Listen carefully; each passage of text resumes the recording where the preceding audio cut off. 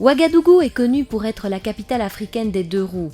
Les deux roues occupent 39% des déplacements contre 6% pour les voitures particulières et 3% pour les transports collectifs.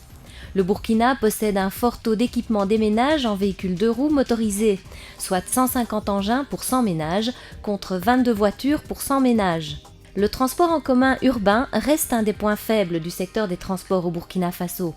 Dans le cadre de la recherche de solutions durables aux problèmes de mobilité dans les centres urbains, le gouvernement a opté pour la promotion du transport urbain collectif. Le secteur des transports en commun est un secteur qui reste donc propice aux investissements.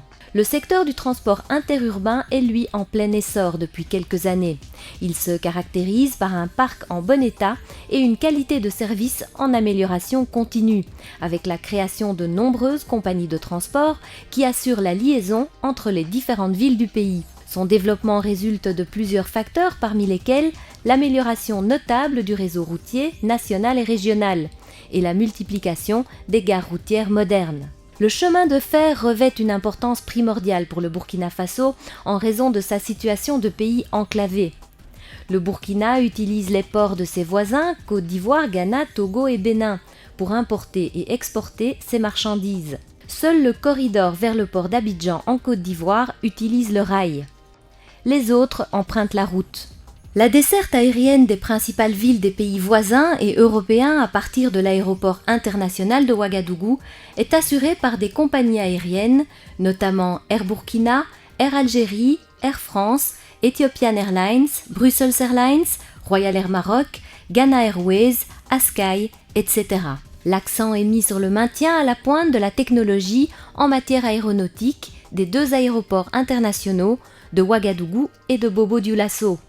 Le gouvernement envisage par ailleurs la construction d'un nouvel aéroport international à Donsin, à 30 km de Ouagadougou et de ses voies d'accès, pour un coût de 600 millions d'euros.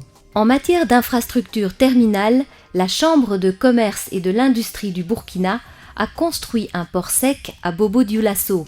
Cette infrastructure moderne de très grande envergure bénéficie d'une desserte routière et ferroviaire. Une réhabilitation des infrastructures de la gare routière internationale de Ouagadougou ainsi qu'une amélioration des équipements est en cours de réalisation. La mise en œuvre de ces projets offre des opportunités à l'investissement privé sous la forme de contrats de gestion, de crédit-bail, de privatisation ou de concession, suivant les principes des opérations de Private Financing Infrastructure.